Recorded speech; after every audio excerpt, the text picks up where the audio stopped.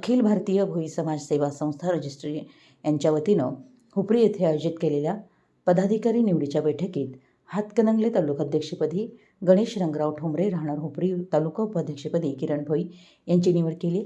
संस्थेचे पश्चिम महाराष्ट्र अध्यक्ष हनुमंत आपटे अध्यक्षस्थानी होते. या बैठकीत मान्यवर हुपरी नगर परिषद बांधकाम सभापती संदीप आपटे, जिल्हाध्यक्ष बाळासाहेब जाधव, जिल्हा उपाध्यक्ष गजेंद्र ठोंबरे, जिल्हा युवा अध्यक्ष सत्यजित आपटे, कार्याध्यक्ष अनिल भोई, सेक्रेटरी रामभाऊ गुजर तसेच हुपरी भोई समाजाचे उपाध्यक्ष धनाजी ठोंबरे, संभाजी ठोंबरे, रंगराव ठोंबरे, बाळासाहेब ठोंबरे, अनिल कांबळे, नारायण आपटे, मुरलीधर ठोंबरे, संजय ठोंबरे, उत्तम ठोंबरे, दत्ता आपटे इत्यादी पदाधिकारी व सर्व मान्यवर मंडळी समाजबांधव उपस्थित होते. मराठी एस न्यूजसाठी हुपरीहून सतीश कंकणे.